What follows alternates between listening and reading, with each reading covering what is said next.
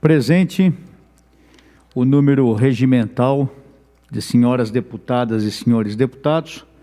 Sob a proteção de Deus, iniciamos nossos trabalhos. Esta presidência dispensa a leitura da ata da sessão anterior e recebe expediente hoje, dia 25 de fevereiro de 2021, iniciamos o pequeno expediente com os seguintes oradores inscritos: deputado Castelo Branco, deputada Maria Lúcia Amari, deputado Itamar Borges, deputado Ricardo Melão, deputado Sebastião Santos, deputado delegado Olim, deputado Rodrigo Gambale, deputado Reinaldo Augusto, deputado Alex de Madureira, deputado Jorge do Carmo, deputado Jorge Wilson, deputado Caio França, deputado Maurici, deputada Edna Macedo, deputado Douglas Garcia, deputado Edmir Chedid, deputado Major Meca, deputado Marcos Damasio, deputado Tenente Coimbra, deputada Janaína Pascoal.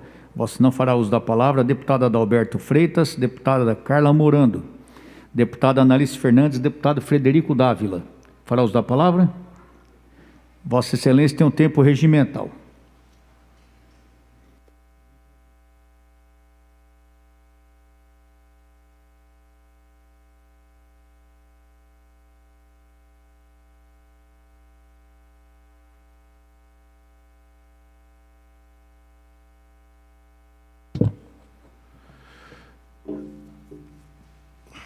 Senhor presidente, prezados colegas, na tarde dessa quinta-feira eu trago aqui, com a ajuda da técnica, se pudesse mostrar uma notícia ontem, não, o próximo, de ontem do Banco BNP Paribas, não, próximo.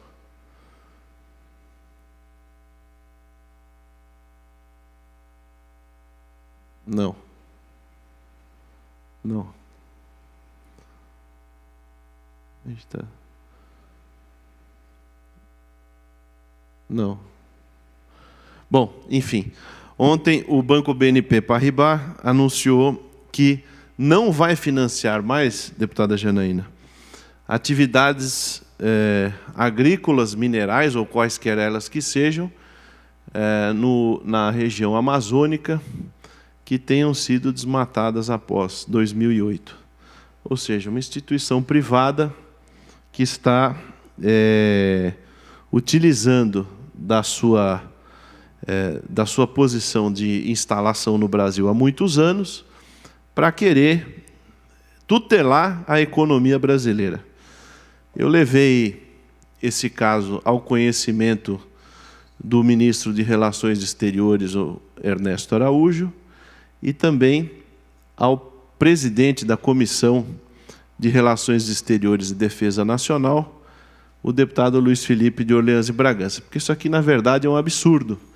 Hoje começa com a Amazônia, amanhã é Cerrado, depois é Mata Atlântica, depois é o Pampa Gaúcho, depois são os Lençóis Maranhenses, o Pantanal, e nunca terá fim. Então, nós vamos emitir via gabinete o expediente para a Embaixada da França em Brasília, bem como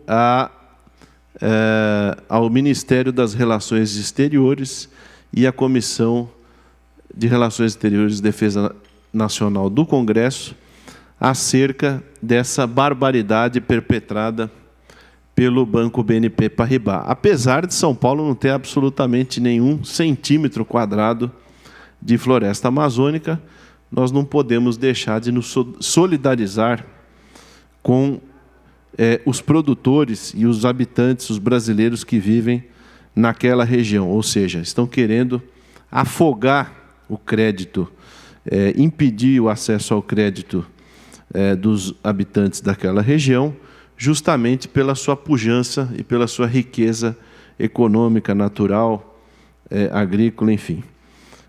Continuando, isso vai de encontro ao que já vinha dizendo o articulista Hélio Beltrão, no artigo do dia 22 de setembro de 2020, vou pedir ajuda técnica de novo, onde ele fala a volta do socialismo empresarial. ele mostra o selo, o famoso selo agora do ESG, que é uma sigla em inglês de sustentabilidade, ambiente e governança. Que agora a moda é ter o selo ESG, ou seja, na verdade esse selo ESG é quase que dizer que as empresas não precisam ter lucro e que o lucro é secundário e que o que primeiro ela precisa fazer é cuidar da vida das pessoas como se fosse o Estado. Então, daqui a pouco, nós vamos ter empresas condenadas por dar lucro. Isso aqui é apenas o começo. Eu gostaria até de chamar a atenção para que quem puder consultar esse artigo do Hélio Beltrão, que é engenheiro especializado em finanças e MBA na Universidade de Colômbia e também presidente do Instituto Mises Brasil, além de um grande articulista, é um empresário de sucesso e que sabe exatamente aonde a coisa aperta no mundo empresarial. Então, nós não podemos nos curvar às ditaduras impostas agora pelas empresas. E, para finalizar, senhor presidente, queria dizer que estive essa semana em Brasília, junto com o presidente Jair Bolsonaro, acompanhado do deputado Major Meca e Gil Diniz. Estivemos lá almoçando com o presidente e verificando o compromisso do presidente Bolsonaro para com o desenvolvimento do Brasil e a sua preocupação para com a vida de todos os brasileiros. Afinal de contas, agora, a despeito do que vinha dizendo toda a imprensa que queria pichar a imagem dele ao máximo com o episódio da Petrobras, nós vimos a recuperação quase que meteórica das suas ações na Bolsa de Valores na semana que correu. E, ainda assim, surpreendeu a todos nós, porque na mesma tarde, né, Major Meca, que nós estivemos com o presidente no Palácio, ele levou à noite, né, no final da tarde, ele levou a medida provisória da capitalização da Eletrobras, surpreendendo a todos. Ou seja, para quem falava em interferência estatal, o presidente mostrou seu compromisso com justamente o contrário. Então, dizer aqui que o presidente Bolsonaro não só preocupa-se com o Brasil, mas com a eficiência do atendimento dos serviços públicos ou dos serviços concessionados pela iniciativa pública, pelo poder público e a iniciativa privada. E também dizer que estive com a ministra Tereza Cristina, que mais uma vez nos atendeu muito bem, e conclamamos lá recursos, equipamentos e demais investimentos do Ministério da Agricultura para a nossa região sudoeste, para a agricultura paulista, que vem sendo totalmente abandonada, prejudicada pelo governador João Miami, aquele que, na hora do vamos ver, corre para o Caribe e corre para Miami. Obrigado, senhor presidente. Muito obrigado, senhor deputado. Solicito que Vossa Excelência assuma a presidência dos trabalhos para que eu possa fazer uso da palavra.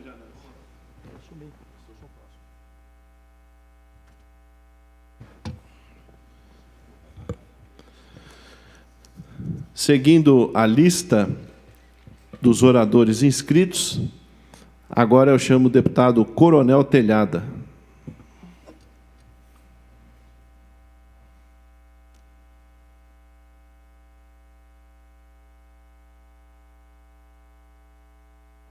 Obrigado, senhor presidente, senhores deputados, a todos que nos assistem pela rede Alesp. Saudar aqui a Sargento Aparecida e o soldado Arthur, em nome de quem saúdo nossa assessoria policial militar. Hoje, dia 25 de fevereiro de 2021, uma quinta-feira, quero começar aqui saudando o dia do agronegócio. Hoje é o dia do agronegócio, então é uma das grandes áreas de importância da economia nacional e de São Paulo também. Então, um abraço a todos os amigos e amigas do agronegócio, em especial o pessoal que esteve conosco nas ações do Tratoraço contra esse abuso que foi o aumento do ICMS. Quero aqui aproveitar, o pessoal ontem no discurso eu falei sobre a minha insatisfação com essa situação do novo lockdown das 23 às 5 horas da manhã, do absurdo disso, e também falei sobre o impeachment do Dória. Eu quero dizer bem claro que nós estamos em campanha para a presidência dessa casa.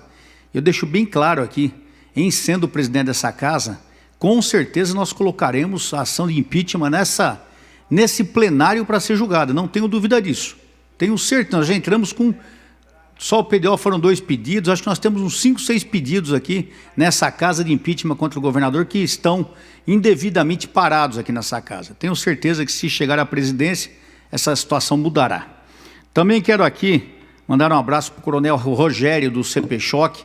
Outro dia eu dei uma informação incorreta quando eu disse que alguns policiais haviam sido transferidos do batalhão. Ele me ligou hoje e falou que não foram transferidos. Os policiais de rota ainda estão no batalhão.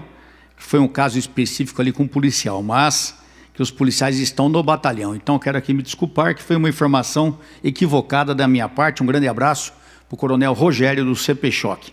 Hoje pela manhã estivemos no comando da Guarda Civil Metropolitana de São Paulo, na passagem do comando, onde assumiu o comando da Guarda Civil de São Paulo o inspetor superintendente Agapito Marques, que está aí na foto junto comigo, e com o nosso amigo general Saul, que está lá na Secretaria de Segurança Pública. Ele assumiu no lugar da inspetora superintendente Elza Paulina de Souza, que a partir de então será a secretária municipal de Segurança Urbana. Sucesso ao inspetor Agapito nas missões do comando da Guarda e a inspetora Elza como secretária de Segurança Municipal. Infelizmente, perdemos mais um policial no Rio de Janeiro, o subtenente Marcelo Ferrão da Costa. O subtenente Marcelo Ferrão da Costa foi morto na tarde de terça-feira. Foi baleado lá no Barro Vermelho, no São Gonçalo. Ele realizava uma ação para evitar uma tentativa de roubo na esquina da rua 1º de Maio com a rua Lúcio Tomé Feteira, e foi atingido na região do tórax. Socorrido ao Hospital Estadual Alberto Torres, não resistiu aos ferimentos e foi ao óbito. O subtenente Marcelo Ferrão da Costa estava há 10 anos na corporação e, infelizmente, não resistiu a esses ferimentos e faleceu. Mais um homem da segurança pública morto no Rio de Janeiro. Eu quero aqui também falar de outro policial que foi morto também, vítima da criminalidade no estado de São Paulo. É o policial que foi baleado no rosto, que assaltava um comércio em Sobral, no Ceará. O cabo Wesley Batista Monção. O cabo Wesley Batista Monção, ele chegou a ser socorrido, mas infelizmente não faleceu. Ele reagiu a um roubo num comércio. Ele estava de folga e, como policial militar, acabou presenciando a situação e reagiu. O Wesley estava há 10 anos na corporação e ele é o 13º agente de segurança morto nas atividades lá no Ceará. Então, nós perdemos aqui o cabo Wesley Batista Monção, de 35 anos, e o subtenente da Polícia Militar do Rio de Janeiro,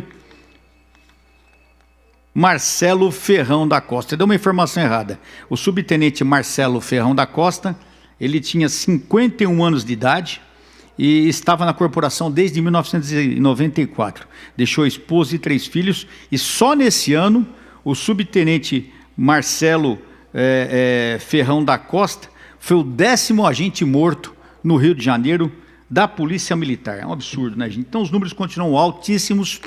A violência continua imperando no nosso país, a segurança pública necessita de uma mudança radical, a nossa legislação penal necessita de uma mudança radical.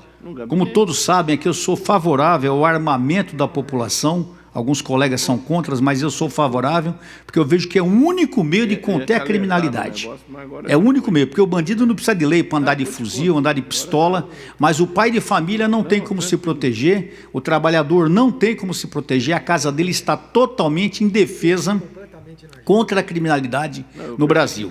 E parece que as nossas autoridades gostam disso, né? De ver a criminalidade crescer, de ver a polícia engessada, de ver essa casa aqui de 4 para o governo. Parece que as pessoas gostam disso, mas nós somos contrários a isso e trabalharemos forte contra tudo isso.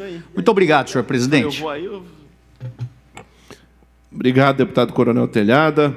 Seguindo a lista de oradores, agora convido o deputado Carlos Gianazzi.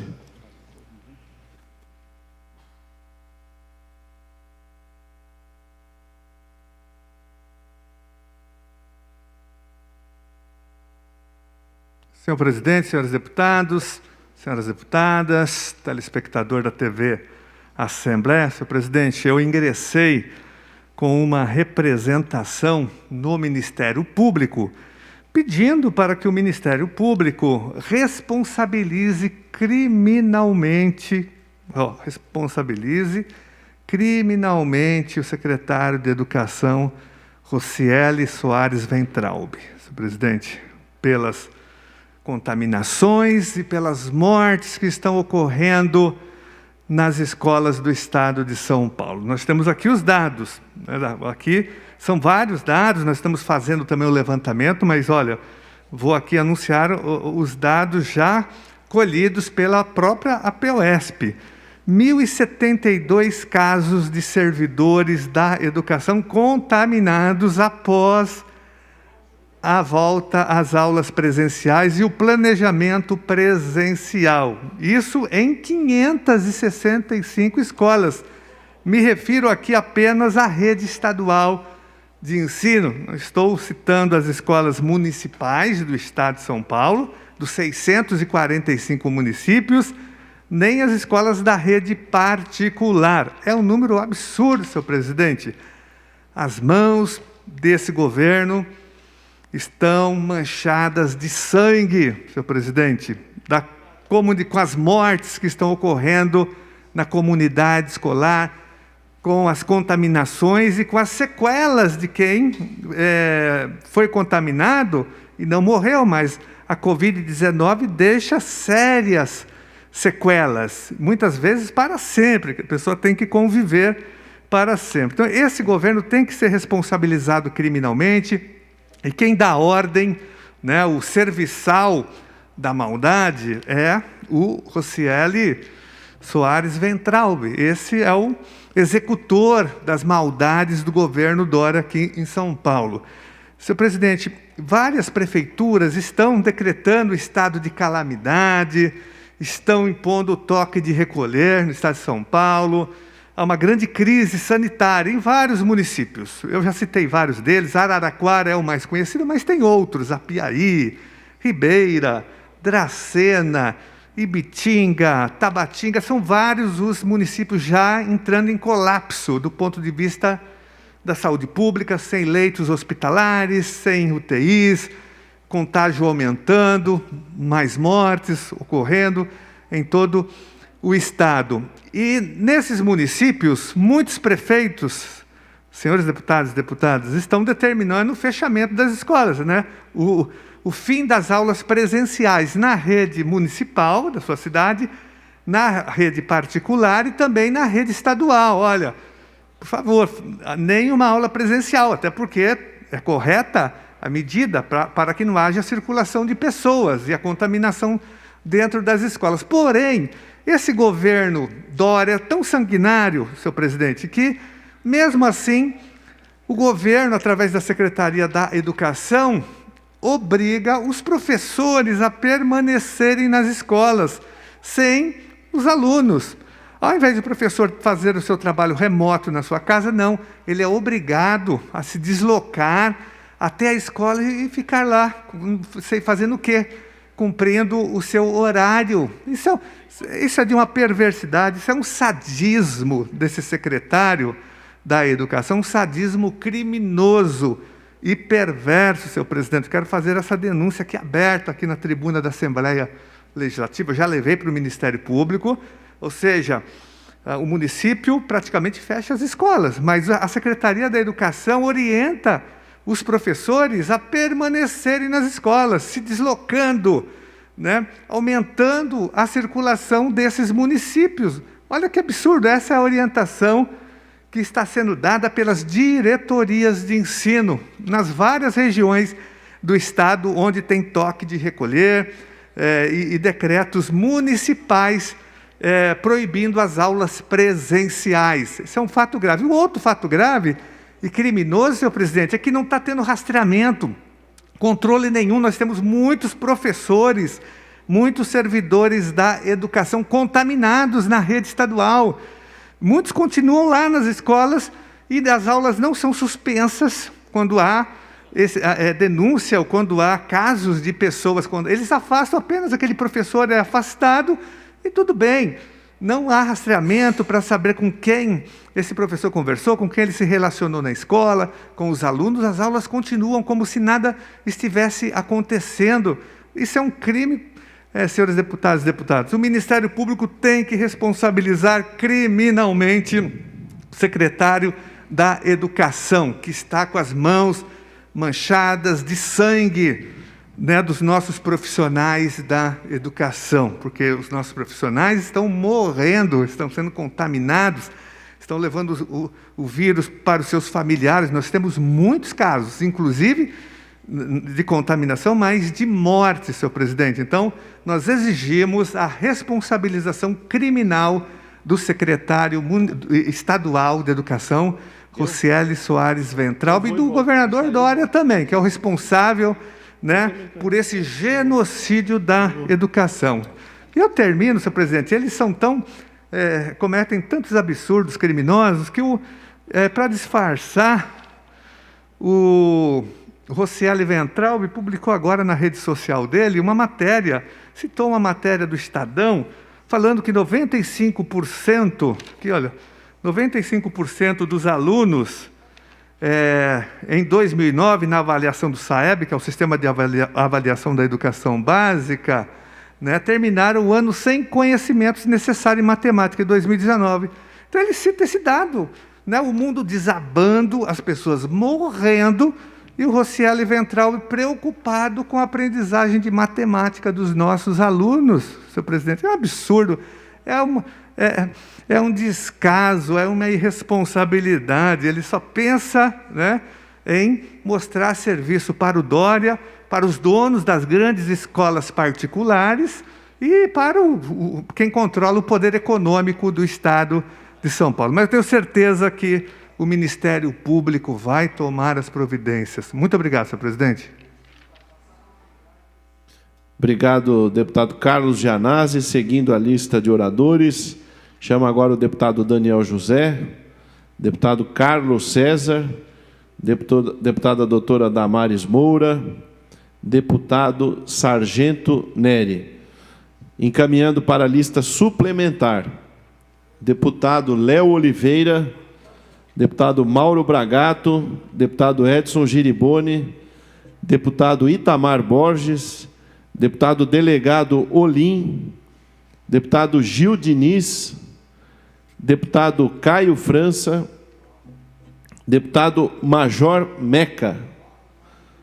O senhor tem 5 minutos regimentais. Posso escrever?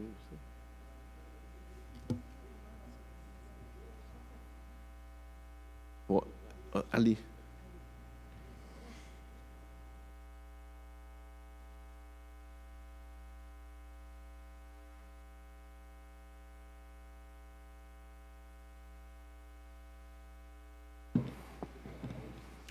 Senhor presidente, senhoras, senhores deputados, nós não podemos deixar de trazer aqui ao plenário da Assembleia Legislativa de São Paulo a sequente política de mentiras e de enganação do governador João Dória no estado de São Paulo.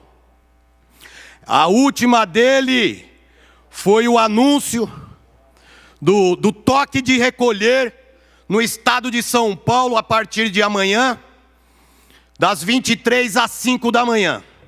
E ele diz que o ponto principal dessa medida adotada é o combate às festas clandestinas, ou seja, os pancadões.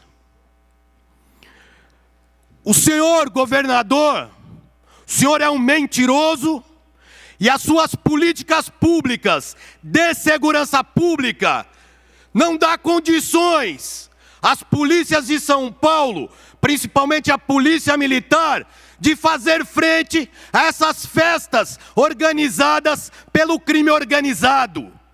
Festas organizadas pelo primeiro comando da capital, a maior facção criminosa no Brasil e na América Latina hoje, favorecida muito pela ausência de política pública do PSDB no estado de São Paulo. E a coisa é dolosa. Olha só, olha o vídeo do candidato ao governo de São Paulo, o senhor João Dória. Olha o vídeo dele aqui, acompanhem. A técnica, por favor, pode soltar o vídeo. Combater o pancadão e a desordem urbana. Compromisso de governo de combater o pancadão e a desordem urbana. E essa promessa, ela se inicia. Os senhores querem colocar novamente? Pode pôr, solta o áudio. Vamos garantir apoio jurídico aos policiais e evitar o afastamento dos PMs operacionais. Não, pode suspender. A primeira era a mais importante. Depois, isso aí, ó. Tá no G1. Isso, em Combater 9 de janeiro de 2018. Não, coloca aquela matéria lá de 2018, de 9 de janeiro de 2018, a afirmação do senhor desgovernador do estado de São Paulo, João Dória. Olha lá, diz que pancadões em São Paulo são organizados por integrantes de facção criminosa. Festa é praga, diz prefeito. Ele já tinha consciência do que são esses eventos organizados pelo PCC desde que assumiu a prefeitura. E hoje não exerce uma política pública que dê condições à polícia militar de combatê-los. E quer que eu mostre como? A política marqueteira que ele iniciou o seu mandato como governador, criando inúmeros BAEPs, enganando o povo de São Paulo. A polícia militar não tem efetivo para montar novos batalhões. Ele retirou policiais do policiamento comunitário, da rádio patrulha para montar BAEP. Prejudicou a segurança pública, prejudicou a polícia militar na sua política de combate ao crime. Ele prometeu, como os senhores viram no vídeo, de não transferir policiais envolvidos em trocas de tiro em ocorrência de gravidade. Mentira! Ele foi potencializar e aumentar essas movimentações. Hoje, os policiais nas periferias de São Paulo recebem ordem vindas do Palácio do Ódio, o Palácio dos Bandeirantes, onde exerce o seu trabalho lá o desgovernador João Dória. Os policiais recebem ordem para não patrulhar comunidades, para não defender o cidadão de bem e o trabalhador que mora dentro das comunidades. Policiais que prendem traficantes dentro das comunidades, que prendem bandidos armados dentro das comunidades, não são elogiados e não são motivados a levar adiante esse trabalho em benefício da população mais pobre. Porque em muitas áreas de batalhões territoriais estão proibidos de entrar nas comunidades e defender o cidadão de bem. Essa é a verdade da política pública de segurança que desenvolve em São Paulo o senhor governador João Dória. Então essa medida restritiva, decretando o toque de recolher, é mais uma medida marqueteira, porque a polícia não tem estrutura para combater pancadões. O senhor desgovernador não tem estrutura, não permitiu e não adotou medidas que dê estrutura para a polícia militar combater essas festas. Ao contrário, o primeiro enfrentamento desses criminosos com a polícia militar em Paraisópolis, ele transferiu e meteu um inquérito nas costas de todos esses policiais, que muitos estão afastados da rua até hoje. É uma vergonha essa política pública mentirosa e enganosa que esse desgovernador desenvolve em São Paulo hoje. Essa casa tem uma grande responsabilidade sobre essa fiscalização e o impeachment desse desgovernador tem que ser trazido a plenário. Muito obrigado, presidente. Obrigado, Major Meca. Seguindo a lista suplementar, convido agora o deputado Oscar Castelo Branco.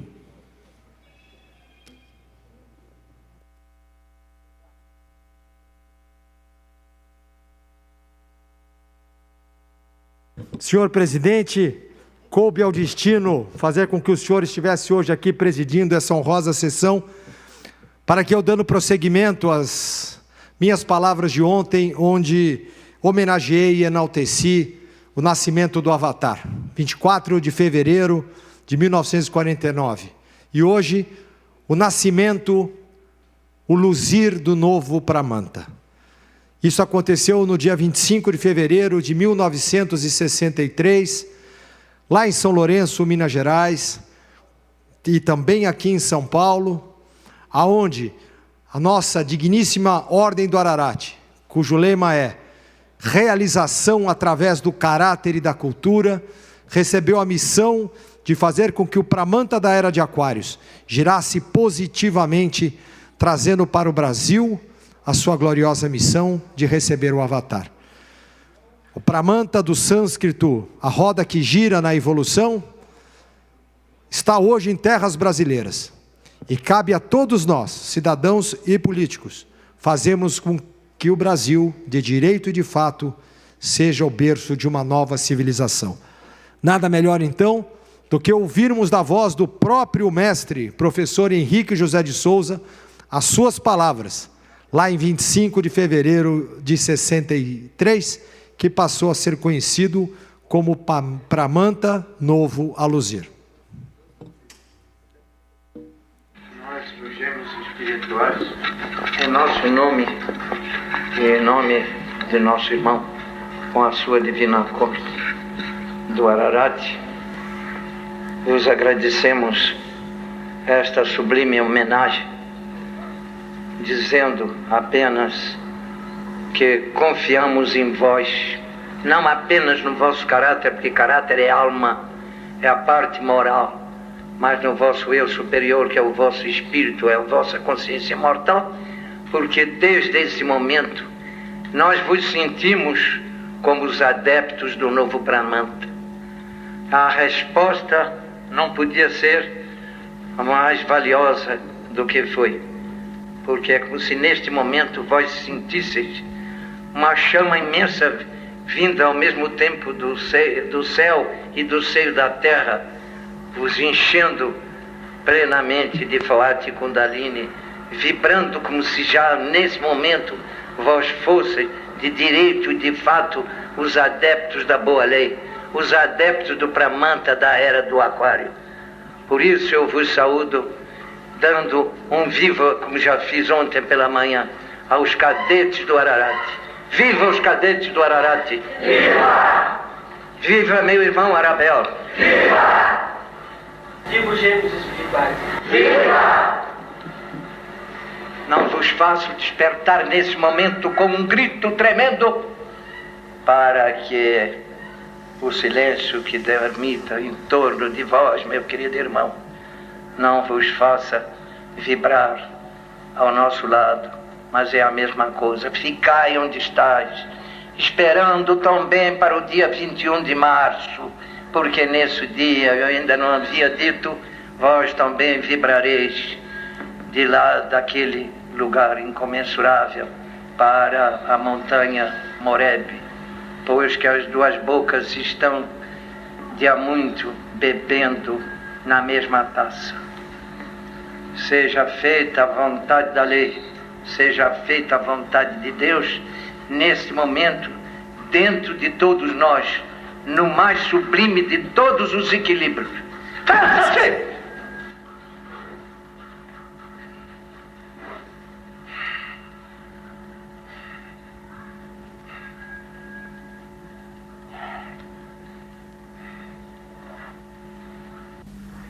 Faça-se ciente ao mordomo do nosso templo como instrutor da obra, o grande instrutor da obra, para conhecimento de todos, que o dia de hoje ficará chamado na história de nossa obra o novo Pramanta começa a luzir. E isto porque, sob a cabeça de todos os vós, um facho luminoso se faz sentir. E assim, como deputado estadual, nesta gloriosa Casa de Leis, homenageamos o dia 25 de fevereiro de 1963 com um novo Pramanta a luzir. Viva os cadetes do Ararat! Viva Arabel! Viva a nossa obra! Viva o Brasil! Obrigado, deputado Castelo Branco.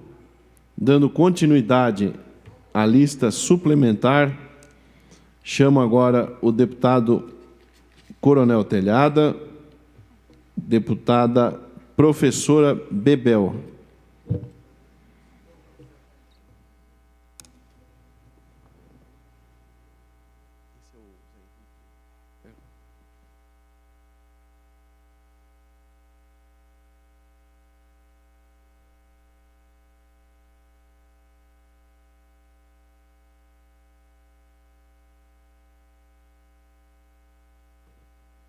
Boa tarde, senhor presidente. Cumprimento também a assessoria, também o coronel Alencar. Cumprimento a assessoria à minha esquerda, enfim, deputadas e deputados que estão presentes ainda na casa. Eu subo a essa tribuna com compromisso, não só de falar, mas de dizer que no dia de ontem nós participamos da Jornada Nacional em Defesa da Vida, que prevê a vacinação para todos e todas os brasileiros, que prevê também, e sobretudo, auxílio emergencial, que não pode também ficar restrito só no governo federal, mas aqui no governo do Estado de São Paulo. Tenho claro também que desde que se iniciou essa volta às aulas, sem nenhum, na minha opinião, sem nenhum critério, porque, veja bem, ontem foi o terceiro dia com maior dados de óbitos, né, no Brasil. É difícil entender por que no pior momento essa insistência de volta às aulas presenciais, sem segurança, sem dar para as escolas, né, aquilo que a gente fez enquanto foi o ano passado, não foi agora. Nós, de certa maneira, apresentamos uma pesquisa, nós demonstramos que as escolas não têm segurança para uma volta às aulas neste momento, e sem vacina, muito menos ainda. Nós estamos fazendo uma militância em defesa da vacina e que coloquem os profissionais da educação junto com os policiais na fase 1, né? Porque nós somos, na medida em que estamos isolados, nós estamos isolados, estamos trabalhando remotamente. Na medida em que nós assumimos as salas de aulas, ali a gente lida com aglomerações, nós lidamos com pessoas, né? Alunos oriundos de todo lugar, mas não só o aluno, o trajeto de casa, né, para a escola exige também que nós temos que pegar transporte público. A grande maioria dos professores não tem transporte público. Então, eu considero, sim, sabe, um genocídio. Não adianta o governador, né, falar, olha, eu fui atrás da vacina, tal. Ok, mas daí? E por que é que não garante, pelo menos, a nossa segurança, a segurança dos trabalhadores da educação? Eu acho que qualquer um que vai para a guerra, ele vai com capacete, ele vai com colete, ele vai com armas. Nós não, nós fomos chamados a ir para, enfim, a voltar para as escolas para lutar com vírus que nós não vimos, a gente não vê, não sente, não sabe quem é. Quando você vai para a guerra, você mira, né?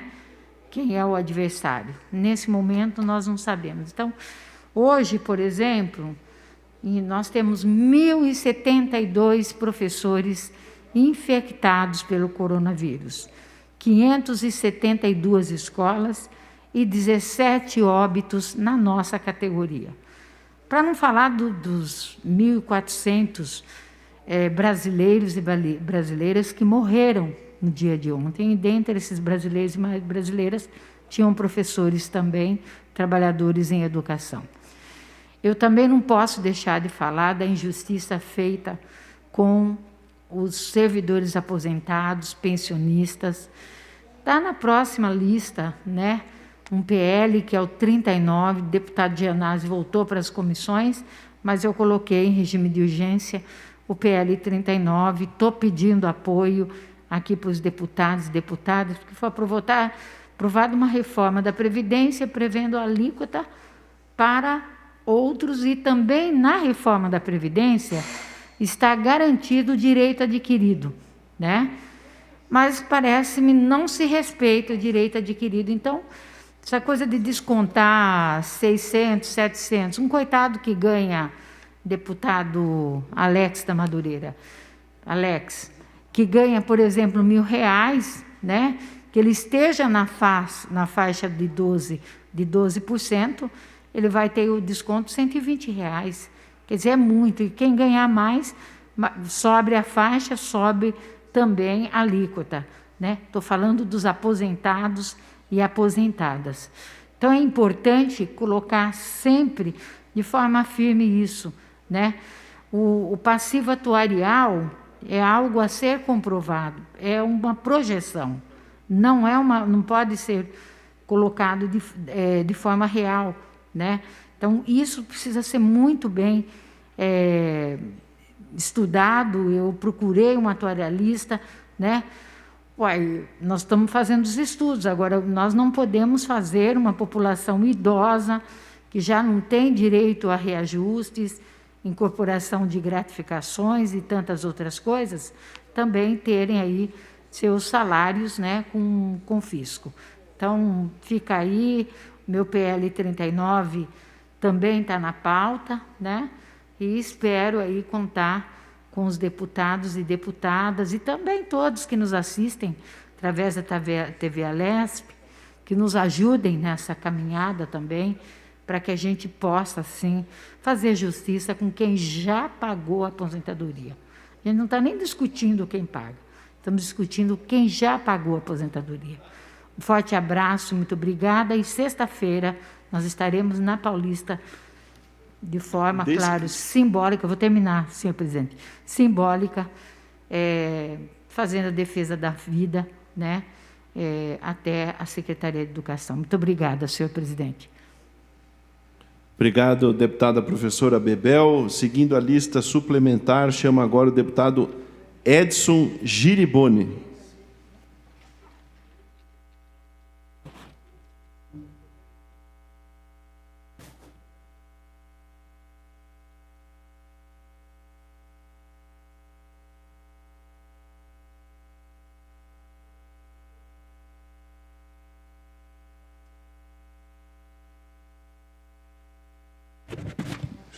Senhor presidente, deputado Frederico Dávila, senhores deputados, deputadas, funcionários desta casa, telespectadores que acompanham aqui as sessões da Assembleia Legislativa do Estado de São Paulo. Nós tivemos agora, no último dia 23 de fevereiro, agora deste mês, a marca esportiva Puma lançou a nova camisa da Sociedade Esportiva Palmeiras. E eu, como palmeirense, muito orgulhoso, deputado. E foi escolhido os atores, os modelos, todos de cor negra. E, infelizmente, nós tivemos manifestações nas redes sociais, de manifestações racistas, pelo fato de todos os atores ali que estavam fazendo a divulgação da camisa do Palmeiras eram de cor negra.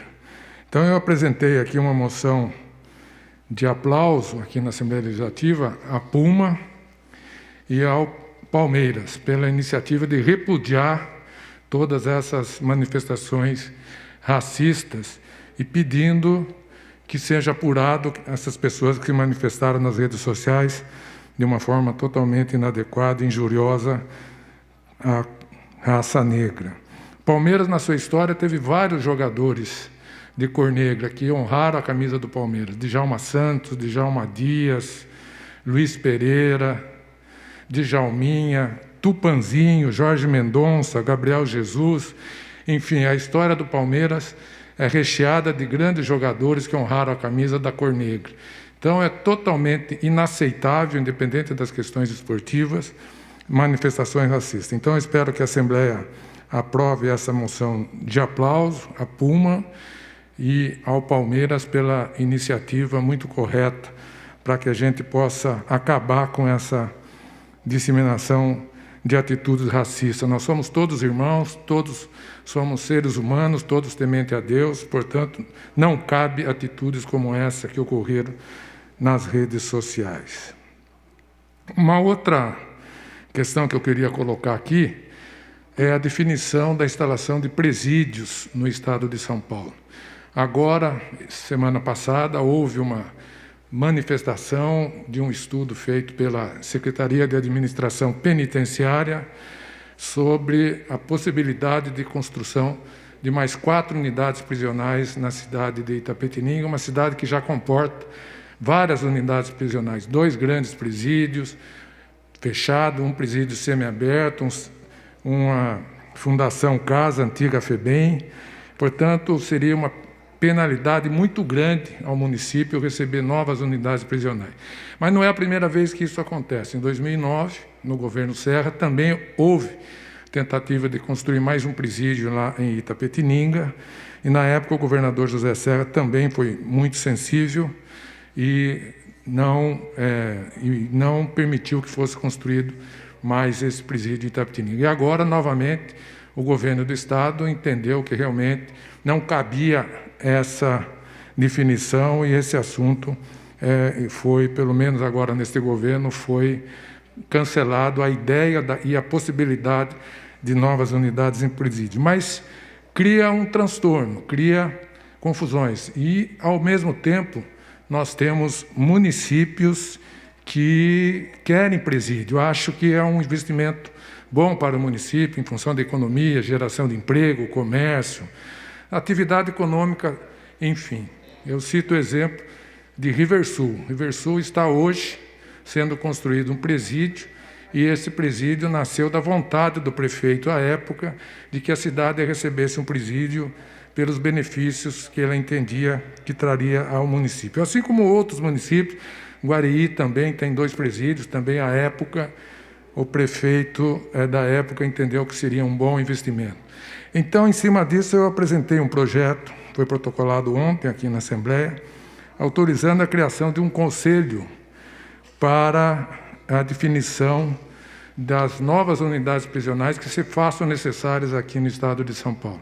Este conselho seria composto por representantes da Secretaria de Administração Penitenciária, da Secretaria de Segurança Pública, Secretaria do Meio Ambiente, Secretaria da Saúde, e um representante de cada região administrativa do Estado de São Paulo.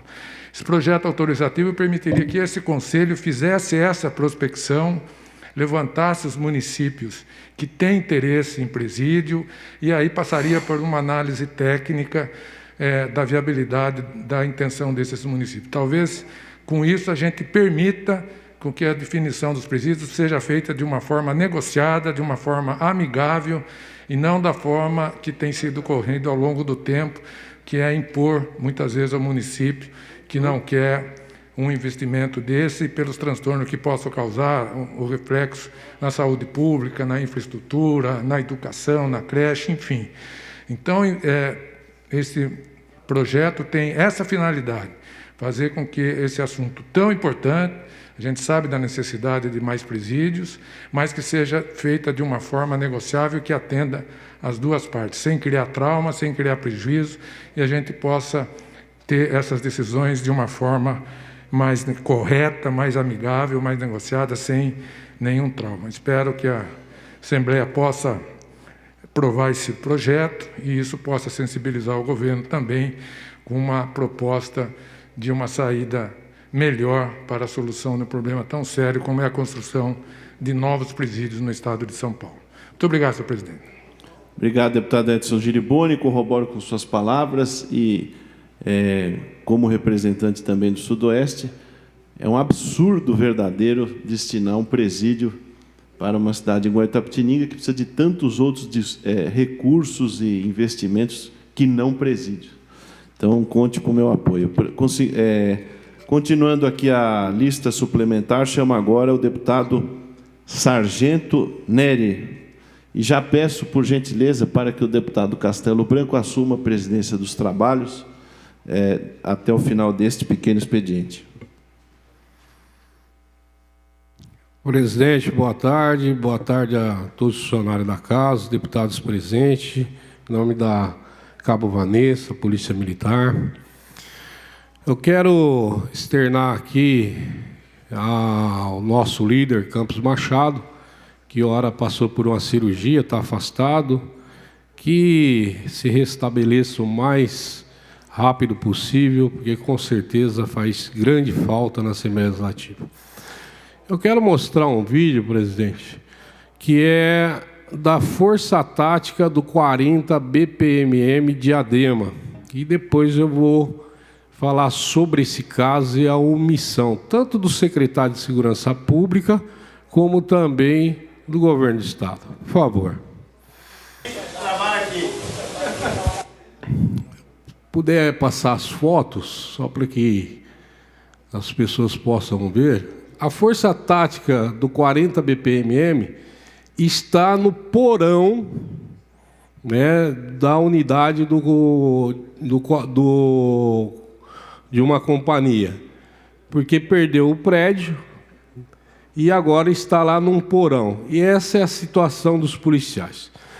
Pois bem, eu fui ao SESI, e aqui quero externar toda a minha admiração e amizade pelo Paulo Scaff, porque eu fui lá pedir para que essa companhia ou outra fosse para o SESI de Diadema. E toda a direção do SESI concordou, e o Paulo Scaff também, e concedeu o prédio. Mas como a Polícia Militar está ligada à Secretaria de Segurança Pública, ele precisa de um ofício do secretário de Segurança Pública para poder aí fazer o contrato de concessão. Faz 3 meses, Janaz, 3 meses que eu pedi esse ofício para o general. 3 meses. Pedi para o Carlão Pignatari, líder do governo, enviei ofício para a Secretaria de Segurança Pública 2 vezes solicitando, e nada.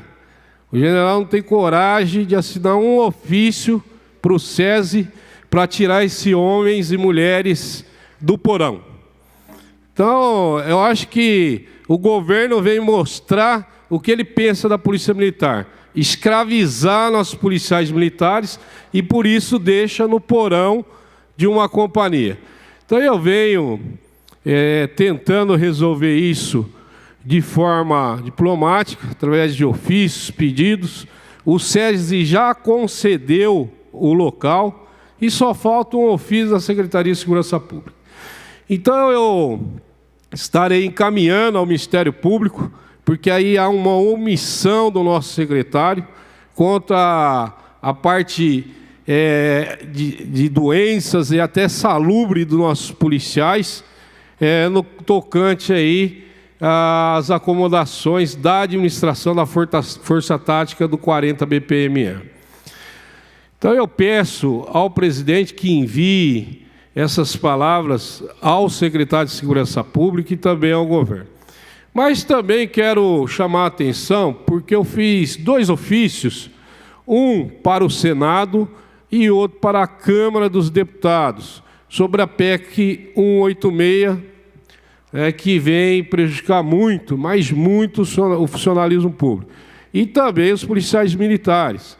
Então eu enviei uma PEC lá aos deputados federais, os senadores, para tentar sensibilizar e, se não houver condições de não passar essa PEC, pelo menos que venha melhorá-la, para que nossos servidores não percam muitos direitos, como está transcrito naquela PEC. Porque nossos servidores já vêm sofrendo muito, né? Houve aí reformas da Previdência, tanto a nível federal quanto a nível estadual. Houve também o congelamento de direitos e carreiras do funcionalismo público federal e também dos estados, e agora a PEC 186. E venho, mais uma vez, alertar a Polícia Militar, os policiais militares, sobre essa PEC. E nós temos outra agora lá, Janás, que é a PEC 32, que é da reforma administrativa. Então, são PECs que fogem o trabalho do Legislativo Estadual, porque quem vai tramitar isso é o Legislativo Federal e o Senado, mas cabe a nós, como deputados estaduais, estar solicitando aos deputados federais, peça a sua bancada também que assim o faça, né, pedindo aos deputados federais e os senadores que tenham um olhar mais carinhoso para com o funcionalismo público. Então, peço também, presidente, que envie ao Senado e à Câmara dos Deputados as minhas palavras. E fica aqui o pedido, mais uma vez, ao secretário de Segurança Pública do Estado de São Paulo. Envie o ofício para o SESI, solicitando lá o prédio do SESI Diadema, para acomodar a Força Tática do 40 BPM. E estarei aí encaminhando ao Ministério Público toda a documentação, fotos e a omissão do governo do Estado à frente da Secretaria de Segurança Pública. Obrigado, presidente. Pela ordem, senhor presidente, para fazer uma comunicação. Pois não, nobre deputado, é regimental. Então, senhor presidente, no dia de ontem, com todas essas perdas que a gente vem tendo, né? Tivemos uma brilhante vitória jurídica, porque às vezes as pessoas falam, mas vale a luta. Sim, você tem várias frentes de lutas, né? Mas esta vitória a POSP tirou no dia de ontem, garantindo a contagem do tempo de serviço, que é um pouco do que o sargento Nery estava falando, a sexta parte, quinquênio, licença-prêmio, né? E para todos os fins, nós fizemos uma ação, não só uma ação que ela fosse só para os professores, mas que envolvesse também outros servidores públicos. Por quê? Qualquer direito que se adquirissem nesse sentido, né? Desde o início da pandemia até o final da pandemia, manteria congelado, ainda que fosse, né, estatutário e fossem direitos já garantidos.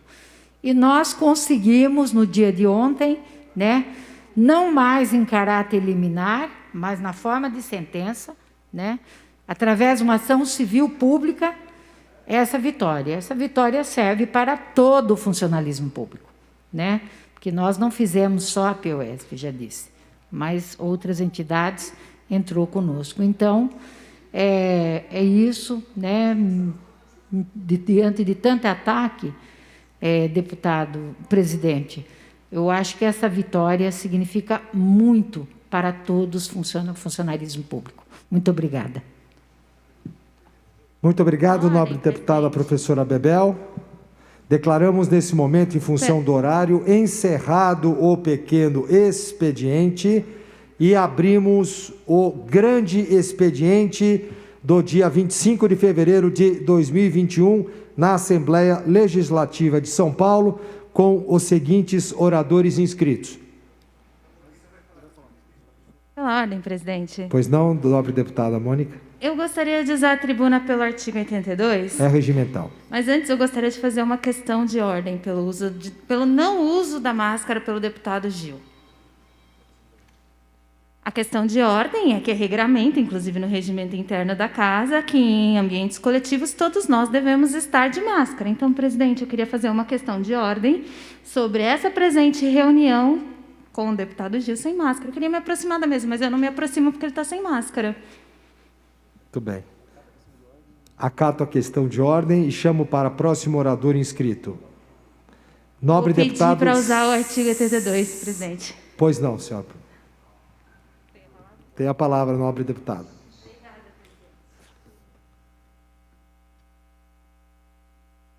Mas que ela me coloca de saia justa.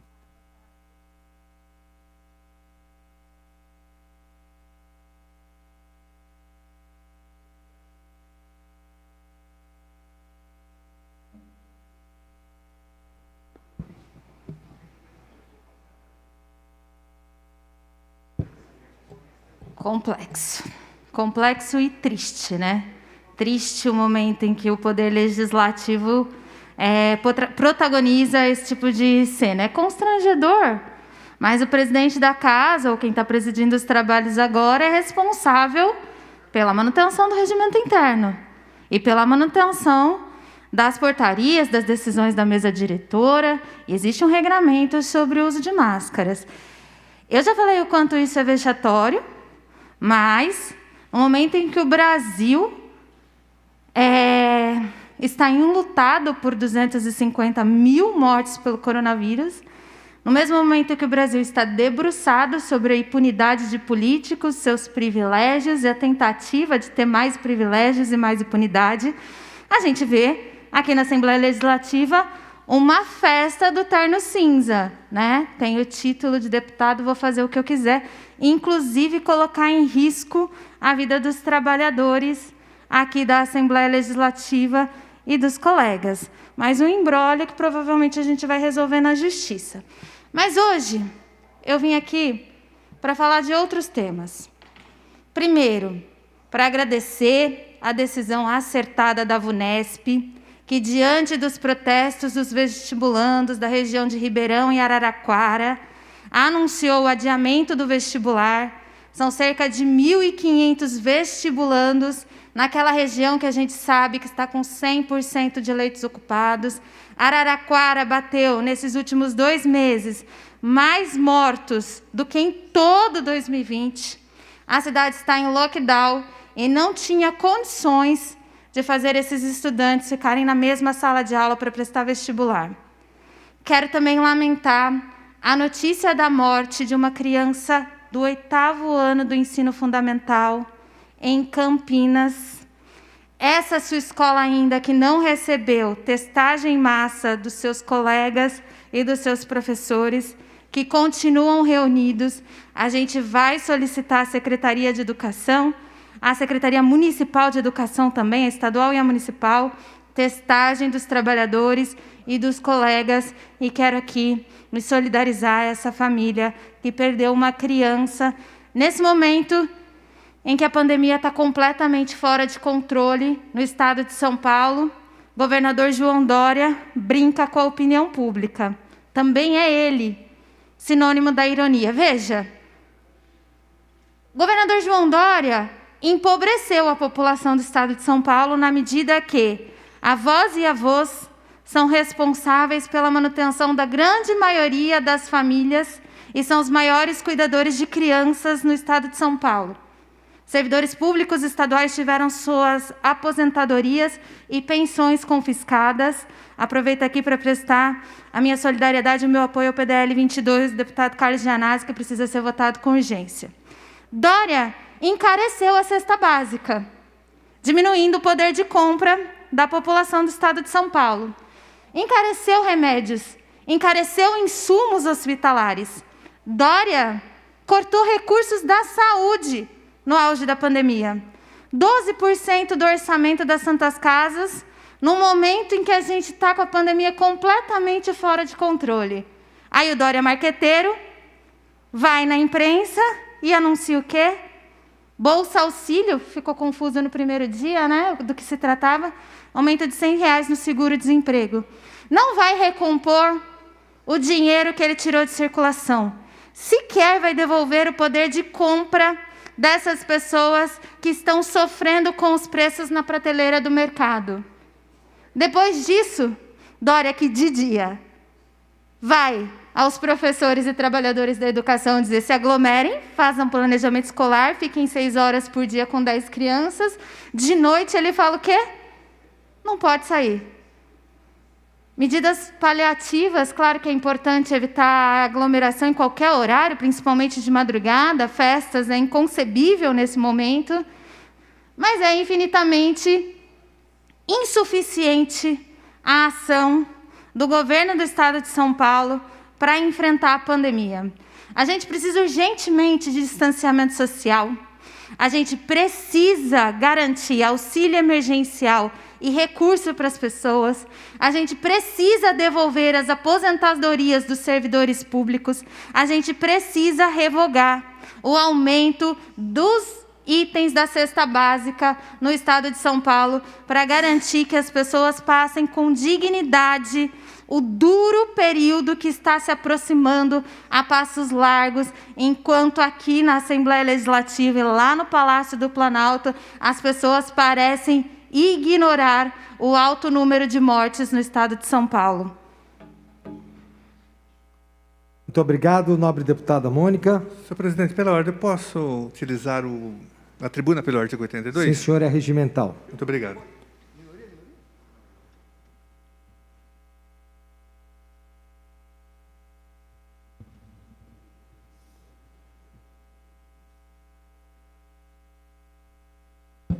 Senhor presidente, senhores deputados, senhoras deputadas, e volta a esta tribuna. Primeiro, eu gostaria de agradecer à deputada Mônica Seixas pelo apoio incondicional ao nosso PDL número 22, que já foi aprovado em todas as comissões pertinentes, inclusive no Congresso de Comissões.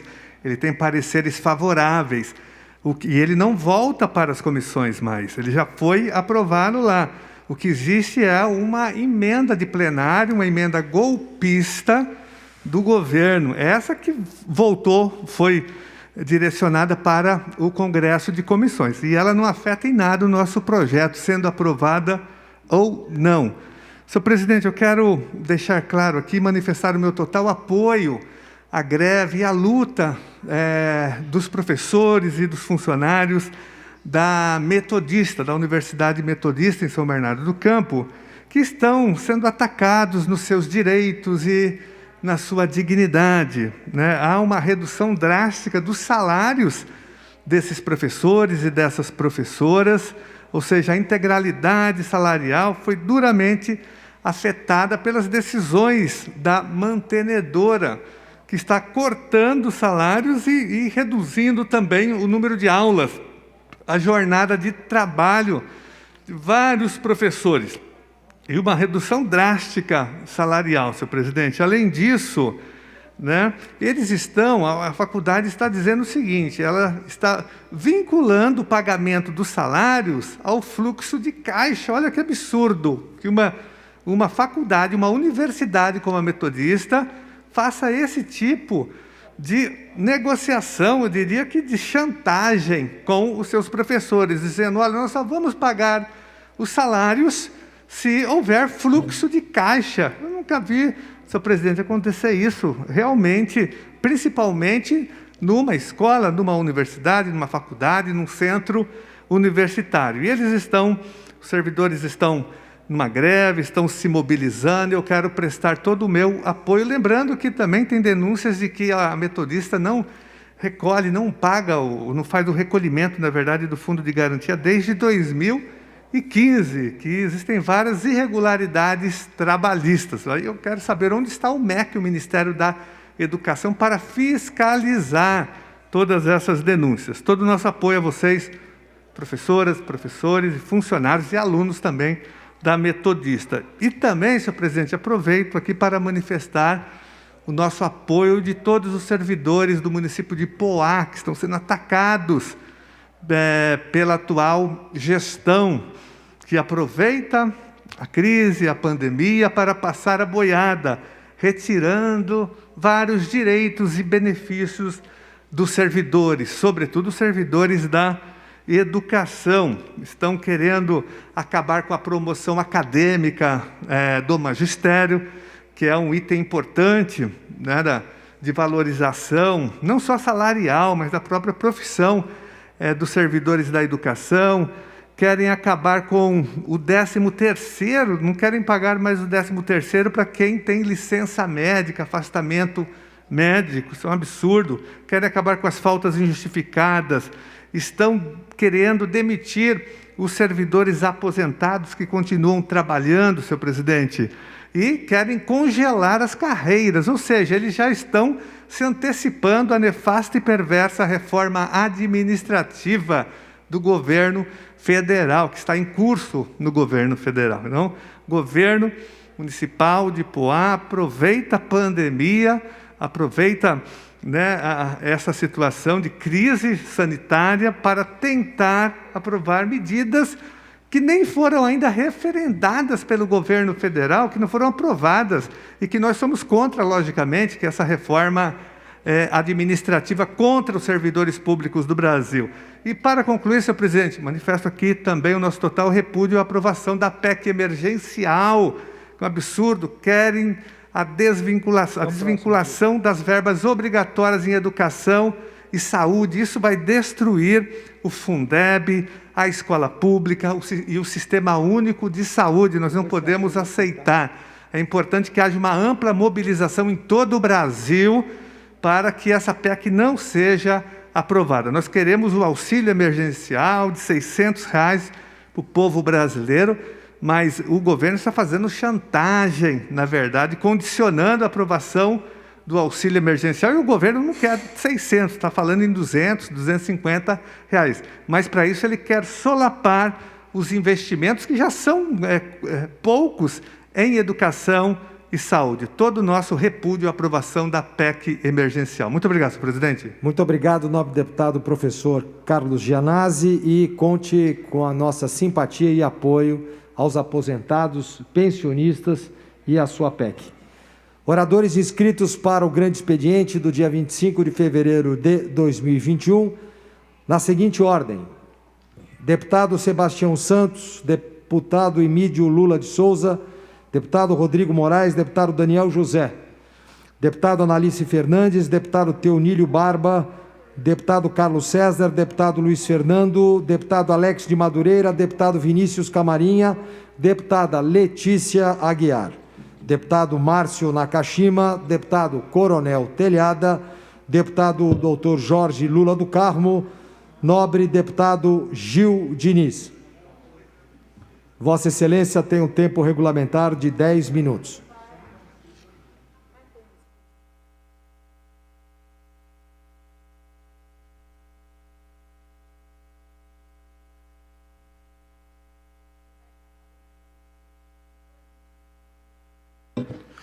Boa tarde, presidente. Boa tarde aos deputados presentes aqui no grande expediente. Quero cumprimentar também, presidente, nossos assessores, policiais militares e civis dessa casa, e quem nos assiste pela rede Alesp. Presidente, fui até Brasília essa semana, estive com o presidente da República, Jair Messias Bolsonaro, com a base bolsonarista, com outros deputados ali, Eduardo Bolsonaro, Hélio Negão, conversei rapidamente com o capitão Derrite, estive presente no evento de segunda-feira, quando diversos prefeitos do Brasil, das mais diversas regiões do Brasil, estiveram lá no Palácio do Planalto.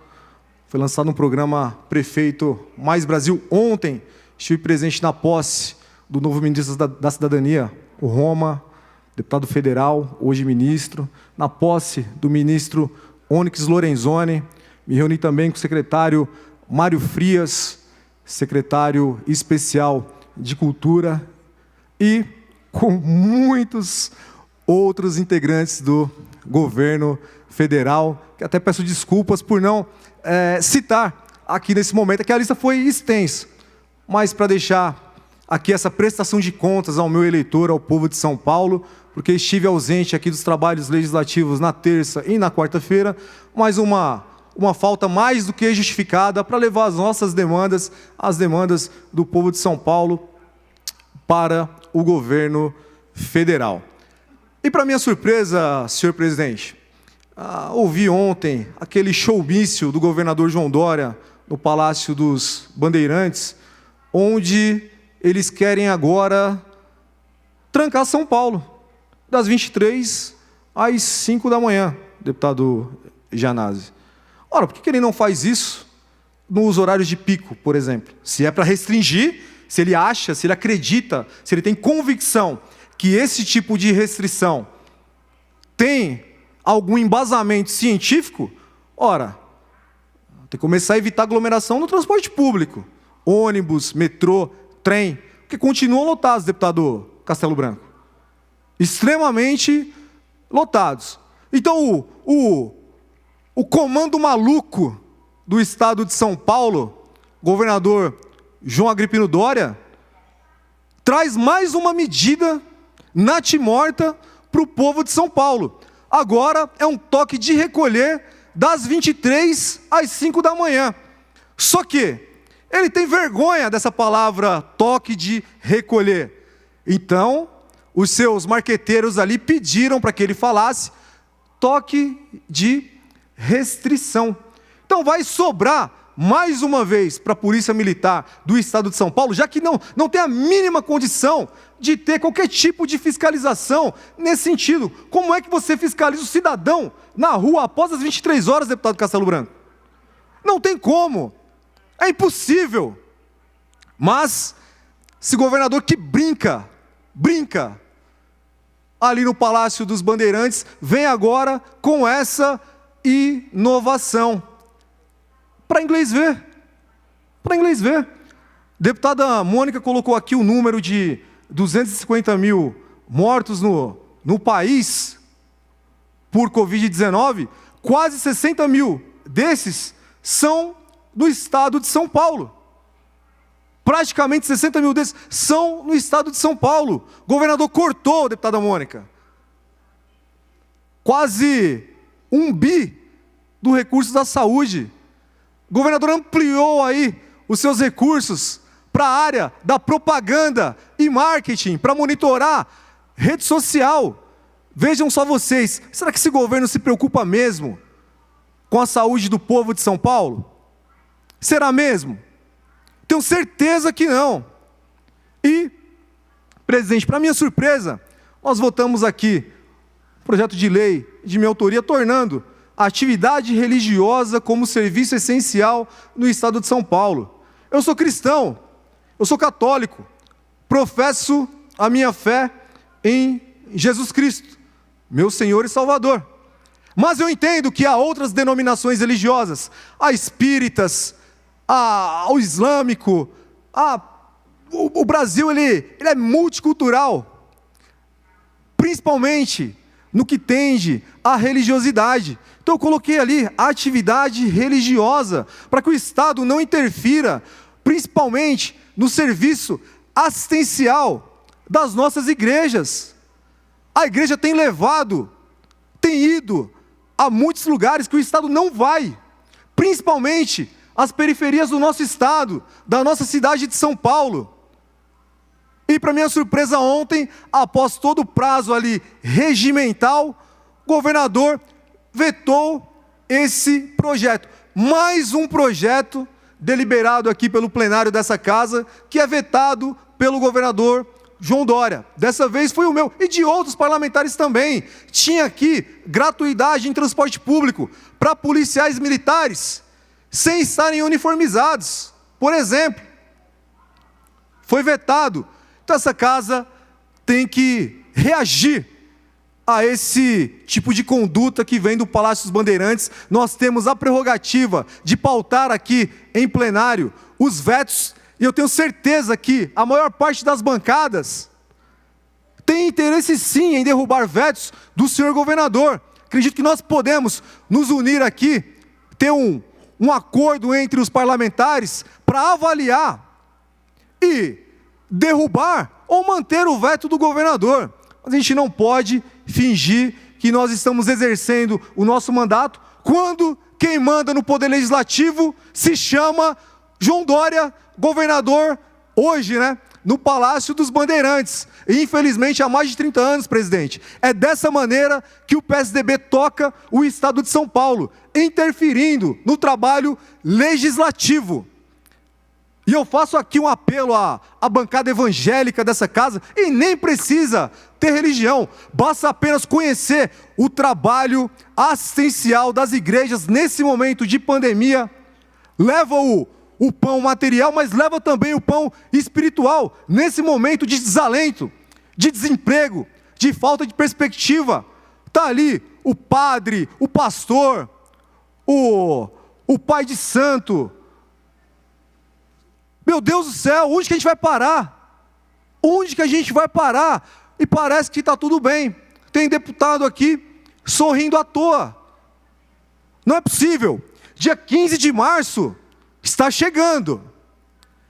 Quero ver aqui os deputados, e vou fazer questão, claro, de divulgar a foto, o voto dos parlamentares que votarão no projeto político, deputada Bebel, do PSDB para mais 2 anos no Estado de São Paulo. Porque eu acredito que desagradou aí, o PSDB desagrada, tanto a bancada de esquerda, quanto a bancada de direita. Então, acho que nós ainda temos um tempo, um período, para construir algumas pontes, deputado Castelo Branco, para conseguir tirar esse partido do poder dessa casa, da principal cadeira dessa casa, tirar a caneta desse partido.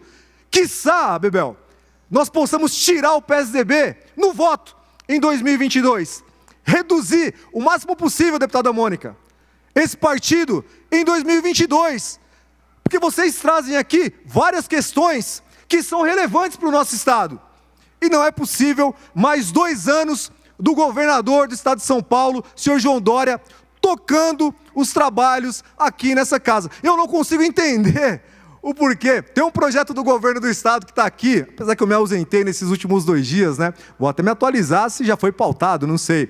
Tem um projeto, deputado Castelo Branco, do ICMS ambiental, é um projeto de interesse do governo. E eu não entendi ainda, Bebel, por que é um projeto do governador que tem interesse do governo do Estado, por que não foi aprovado aqui com o rolo compressor que esse partido tem na casa? Será que está tendo briga no Ninho Tucano? Será que eles estão entrando em choque? Será que tem a ver com o Rodrigo Maia, com Baleia Rossi, com a disputa da Câmara Federal? Eu espero que não. Eu espero que não. Mas na briga no Ninho Tucano, João Dória contra Eduardo Leite, Aécio Neves contra João Dória, na briga entre os tucanos, obviamente, eu sempre vou torcer para a briga, obviamente. Mas, voltando aqui, eu espero que esses vetos sejam pautados aqui em plenário, que nós possamos avaliar, é prerrogativa nossa, o Poder Legislativo tem independência, presidente, para derrubar esses vetos. E agora, amanhã, para finalizar, presidente, amanhã será protocolado o decreto que restringe a circulação no Estado de São Paulo, toque de recolher, coisa de governo autoritário, coisa de ditador, coisa de autoritário ali, que não respeita seu povo. Vai protocolar um decreto com toque de recolher. Vou protocolar um PDL, projeto de decreto legislativo, para derrubar, para assustar o poder desse decreto no Estado de São Paulo. Muito obrigado, senhor presidente.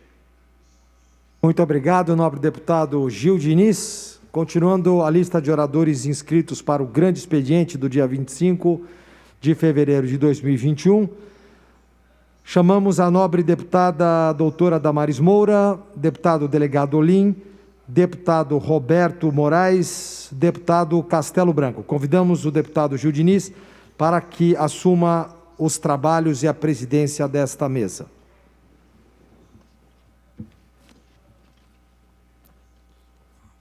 Com a palavra, o nobre deputado Castelo Branco. Vossa Excelência tem um tempo regimental. Pela ordem. Enquanto o senhor não inicia a sua fala, eu posso fazer uma breve comunicação? Presidente, não é para implicar sobre a sua máscara, embora reitero o pedido para o senhor usar máscara. Claro. Eu acho que faltou, e quero colaborar com a sua fala, faltou uma parte importante do seu discurso. A gente vai ter eleição da mesa diretora logo, logo.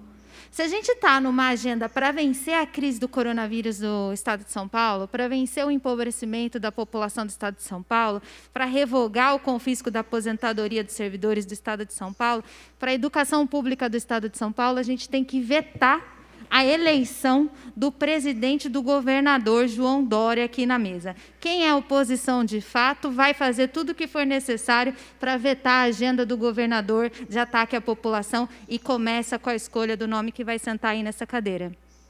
Tá aí uma pauta que nós concordamos plenamente, deputada Mônica Seixas. Com a palavra, o nobre deputado Castelo Branco. Grande expediente, 25 de fevereiro de 2021, um dia glorioso, o luzir do novo Pramanta. Agora vamos aos assuntos terrenos.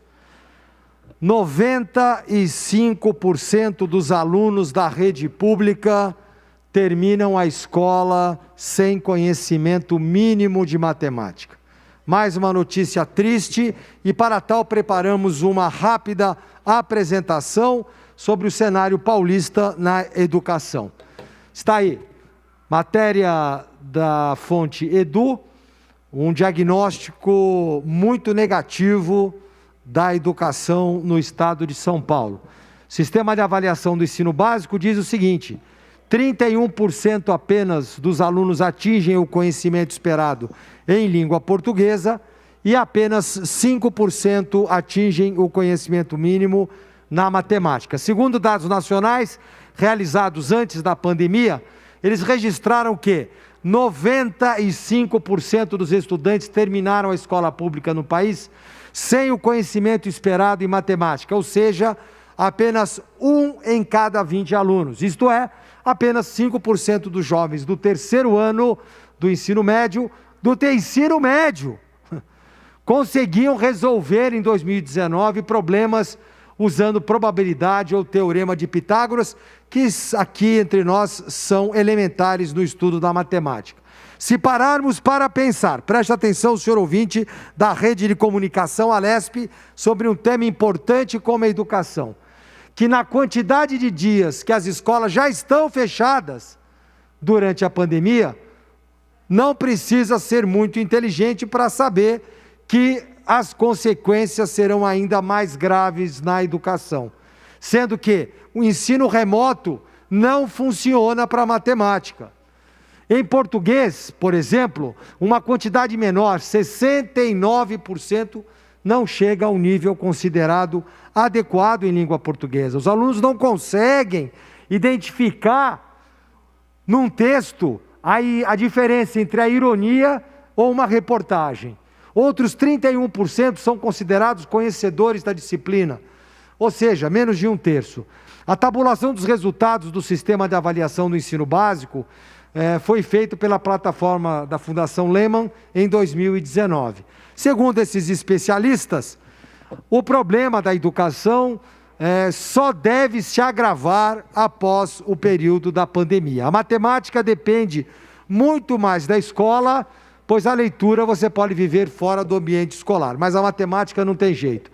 Em entrevista ao jornal O Estado de São Paulo, o Estadão, o coordenador da Olimpíada Brasileira de Matemática, professor Cláudio Landim, diz que, mesmo entre as escolas de elite, temas como geometria foram retirados da matriz curricular do ano passado, porque não se encontrou uma maneira de ensinar online. Se não tiver o professor presencial ao lado, estimulando, é muito difícil aprender. Geração perdida é o nome que já está se dando a esses alunos 2019, 20, 21 e 22. escolas fechadas e milhões de estudantes sem estudar no Brasil desde março de 2020, além de uma evasão escolar em massa. Isso tende a gerar um aumento da desigualdade social. O poder público deve ter os cuidados para não punir os jovens educacionalmente, pois é um momento que exige cuidado e moderação para que a gente não perca essa geração. Por fim, as medidas do governador contra o avanço da pandemia são confusas e o toque de restrição ainda mais. Se não, vejamos, o governo do estado de São Paulo anunciou ontem, dia 24 de fevereiro, que o estado estará sobre uma medida chamada toque de restrição. O que é isso? Ela começa a valer na próxima sexta-feira, dia 26, e vai até o dia 14 de março, buscando coibir aglomerações entre as 23 horas e as 5 da manhã. Em uma confusa entrevista coletiva, as autoridades paulistas tentaram explicar o inexplicável, tentaram defender o indefensável, tentaram argumentar o que não tem argumento, como atuações contra pessoas que ferissem as diretrizes do Plano São Paulo. É estranho, muito estranho, implementar a restrição da mobilidade de locomoção em um momento do dia em que ela já é reduzida. Atualmente, todo o comércio já fecha às 22 horas. Não dá para entender essa medida em um horário que as pessoas não estão circulando. Isso só vai causar prejuízo àquele trabalhador que precisa acordar às 4 da manhã, Coronel Meca, e agora vai ter que acordar mais tarde para pegar o transporte mais lotado e se contaminar ainda mais. Não faz sentido, não make sense. Meio uma medida injusta e sem razão, usando argumentos fundamentados em combater as chamadas festas clandestinas, os pancadões, ok. Então, o trabalhador do bem, a pessoa que trabalha, vai sair prejudicada em decorrência de quem faz as suas festinhas. É uma posição equivocada do governador, na minha humilde opinião, na qual argumenta que a transmissão maior vinha de quem se aglomerava à noite, principalmente em bares e restaurantes. Entretanto, ele desconsidera quem precisa pegar trem, ônibus, metrô e outros meios de transporte para trabalhar e que atende nos comércios durante o dia. As medidas são de desespero. Uma maneira de sinalizar para a população que ações estão sendo tomadas para conter o coronavírus. É uma medida puramente de marketing, de publicidade, sem efeito real. Terminando a minha fala, toque de recolher ou de restrição é uma medida de restrição geral da circulação das pessoas em espaços ou vias públicas, utilizada em situações excepcionais, como, por exemplo, o estado de sítio ou estado de guerra. Até o momento, o decreto que cria o toque de recolher ainda não foi publicado, mas desde já manifestamos a nossa oposição, que somos contrários a esse tipo de ação e que existem medidas mais inteligentes para se conter o problema. Lembrando que, mais uma vez, as nossas crianças e a educação deve ser a prioridade número 1 e considerada serviço essencial que não pode parar. Juntos somos mais fortes, população de São Paulo, porque somos todos um só. Muito obrigado. Obrigado, nobre deputado.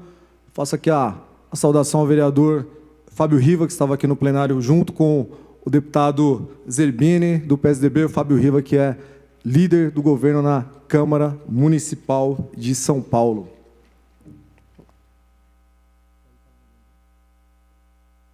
Vai falar, Mike? Não?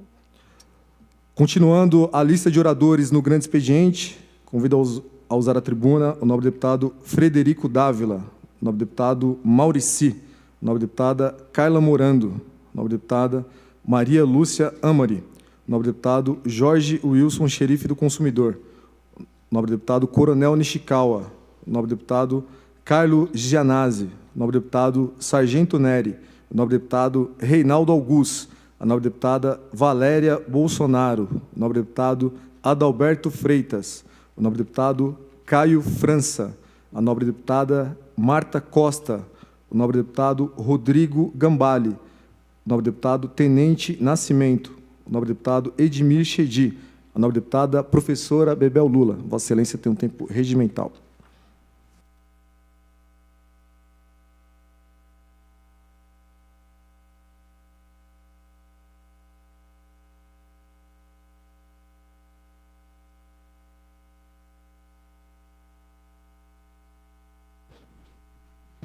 Boa tarde, senhor presidente. Nesse momento, deputado Gil Diniz, cumprimento também os nobres deputados presentes neste plenário, como cumprimento os assessores à minha esquerda, à minha direita, enfim, todos que nos assistem através da TV Alesp. Eu subo essa tribuna, enfim, ouço dizer muitas coisas, mas eu quero dizer que a luta, deputado Castelo Branco, a luta em defesa do funcionalismo público, ela começa conosco também. Aqui não tem dono de pauta. Não tem um PL a mais ou menos. Não estou brigando com o senhor, estou explicando. Talvez eu fale de forma mais... porque eu fico vendo as coisas aqui como se... Eu estou há muitos anos lutando, muitos anos. Até dizem que eu tenho que cair fora, né? Que, enfim... Está na hora de largar. Você foi um que foi gritar fora Bebel, Gil. Fica quietinho aí. Mas, nos bons tempos nossos, eu acho bons tempos. E eu nunca tive problema com isso. O que me entristece é ver, deputado Meca, é que às vezes um tem um PDL e pode falar do PDL, e eu não posso falar do meu? Isso não é democrático. O meu é o 39, também contra o confisco. E está na lista do que vai ser pautado. Por que eu não posso falar dele? Eu vou falar desse PDL. Eu vou fazer o hashtag vote no PDL 39. Vou pedir apoio para vocês. É o mesmo conteúdo. Eu não tenho culpa se um foi para a comissão e o meu entrou agora. E eu elegi como prioridade. Eu não estou elegendo outro como prioridade. Estou elegendo este como prioridade. Então, eu quero o apoio de vocês também, porque tanto do deputado Carlos Gianazzi, que é o PDL 22, está correndo as comissões, mas por conta daquela coisa que foi feita aqui no plenário, eu não sou culpada disso, mas por isso eu não posso falar do meu? Eu tenho que falar do meu. Ele entrará no ponto da pauta, eu vou brigar para entrar, tá certo? E se aprovar este, claro, se puder pôr o nome dele comigo, que ponha. Eu não tenho esse problema comigo. Eu não sou dona das pautas. Todos que queremos falar das pautas, nós vamos falar junto. Por exemplo, questão da vacinação. Vocês defendem a vacinação para, inclusive, os policiais. Eu também defendo. Eu defendo para os profissionais da educação. Acho que tem que ser estendida também para os policiais, porque nós corremos risco. Na medida em que tira o professor do teletrabalho, ele passa para a linha de risco. Tem 1.072 professores, são quase 20 professores mortos em 500, quase 600 escolas. Proliferou de uma semana para cá. Proliferou. E não é porque eu estou fazendo uma propaganda só para brigar. É porque eu entendo o seguinte, então vacine-nos. É só vacinar. Simples assim. Agora me põe na linha de frente, todo soldado vai para a guerra de que forma? Vocês que sabem disso. Vai com capacete, vai com revólver, com todos os armamentos e artilharia que precisa numa guerra. O professor vai para a linha de frente, de peito aberto, sem nada. E com um adversário, o vírus, que ele não enxerga, ele não sabe onde está. Que não é o aluno, que não é o professor. Mas alguém ali está com esse adversário. No ar, nós não sabemos. Por isso a vacinação é necessária. Não tem que discutir dinheiro para outras coisas. Mas compre vacina. Hoje está livre, o governo pode comprar. Não basta dizer, eu fui lá para não sei onde, trouxe. Não é isso. Não tem dono da bola, nem é o que eu falei com relação, nem dono de pauta. Tem quem, de fato, faz acontecer. Essa é a questão que eu gostaria de deixar claro, que, lamentavelmente, né? Eu quero dizer, o governo Dória, neste ponto, está falhando com os policiais, está falando com os professores, nós que estamos aí nessa linha de frente, que nós fizemos ofício juntos, mandamos juntos para o Palácio dos Bandeirantes, para poder pedir vacinação já, imediata, porque somados vocês conosco, dá quanto? 800 mil? Isso aí eu acho que poderia, né, por fases entre nós, porque a gente tem a fase dos 60, máxima de 60, depois vem baixando, aí tem as comorbidades, né? Por as fases, dentro da fase, por que não? É uma forma de administrar o uso da vacina, para não ter colidir com a população em geral. É uma forma de gerir, né, um projeto de imunização, por exemplo. Então, eu fico muito preocupada, e eu acho que mais preocupada com qualquer coisa, eu estou com a vida. É isso. Né? A cada dia a gente fica sabendo de um que morreu, de um professor que, sabe, muito perto da gente. Eu não quero deixar chegar perto, né? E ver minha categoria totalmente, como é que eu diria, desatendida. Em todos os sentidos nós somos. Não temos salário, né? Não temos previsão de nada. Nada. Estou falando do funcionalismo público. E ainda tem esse confisco, que a PUESP foi pioneira, e eu fui aqui, que disse claramente, na reforma da Previdência, haverá um processo de desaposentação. Falaram que eu estava falando mentira. Olha aí. Toda vez que eu falo é mentira. É só analisar os textos que estavam lá. Não tinha outra coisa. Não tinha outra forma de interpretar que não a que foi dita aqui. Mas Inês não está morta para mim. Eu acho que a gente ganha essa briga ainda. Nós vamos ganhar. Né? Eu acho que vai dar inconstitucionalidade, porque isso é inconstitucional, não é possível. Você tem um passivo atuarial, é uma projeção. Ela não é uma constatação, não é uma coisa. O senhor entende bem disso. Ela não é, de fato, quando a gente faz uma análise projetada é uma coisa, realizada é outra diferente. Então, isso tem campo para a gente ir para o Supremo e ganhar uma ação direta de inconstitucionalidade no que diz respeito aos aposentados, porque sofrem muito, eu sei, eu tenho muito perto de mim, tenho muitos aposentados. Eu tenho as duas pontas que eu tenho uma forte encontro. São as crianças e são os aposentados. Eu acho que são, né, aqueles que mais precisam da gente, que mais nos procuram, inclusive, porque nós que temos que lutar, eles lutaram a vida inteira, né? Então, isso é algo que tem que ser considerado, sim, né? E eu acredito que vai ser por via judicial, e nós vamos ganhar essa briga. Eu não vejo por onde, né? Eu vejo assim. Outra questão é que eu quero discutir de forma muito aberta, né? Eu não falo as coisas e saio do plenário. Se falar, eu fico no plenário. Não existe quem é oposição de verdade ou de mentira, porque para ser oposição de verdade também não poderia compor com outros partidos para ter um objetivo comum. Eu sou oposição. E se votei no PSDB na mesa, votei porque aqui tem um princípio que é da proporcionalidade. Proporcionalidade que não é ganhou ou perdeu. Todo mundo é eleito por um coeficiente eleitoral e é composto pela proporcionalidade.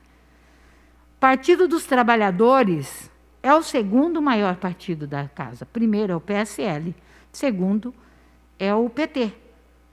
Né? Vocês não compõem porque tem a visão de vocês, né?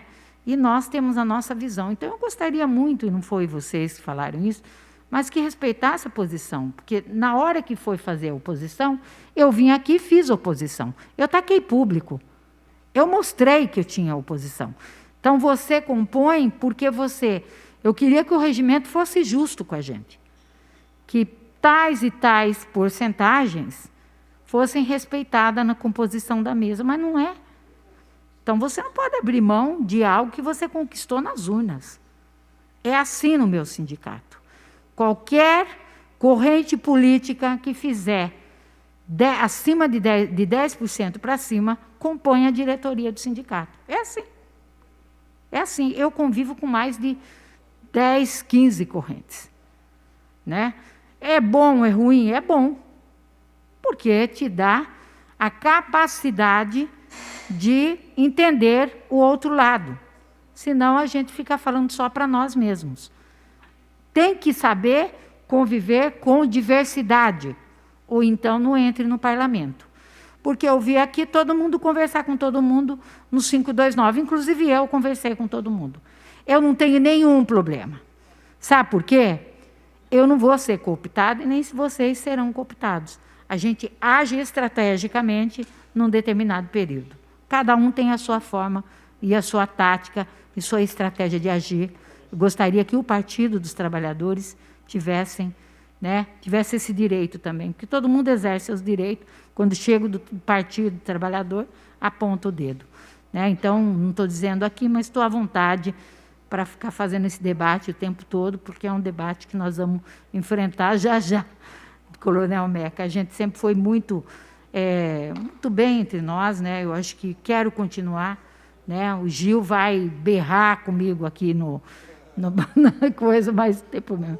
Mas tudo bem, nós somos, né, desta forma, e desta forma nós vamos tocar a vida. Faz parte exatamente da diversidade, tá? Um beijão, muito obrigada e agradeço aí a oportunidade, mais uma vez, senhor presidente.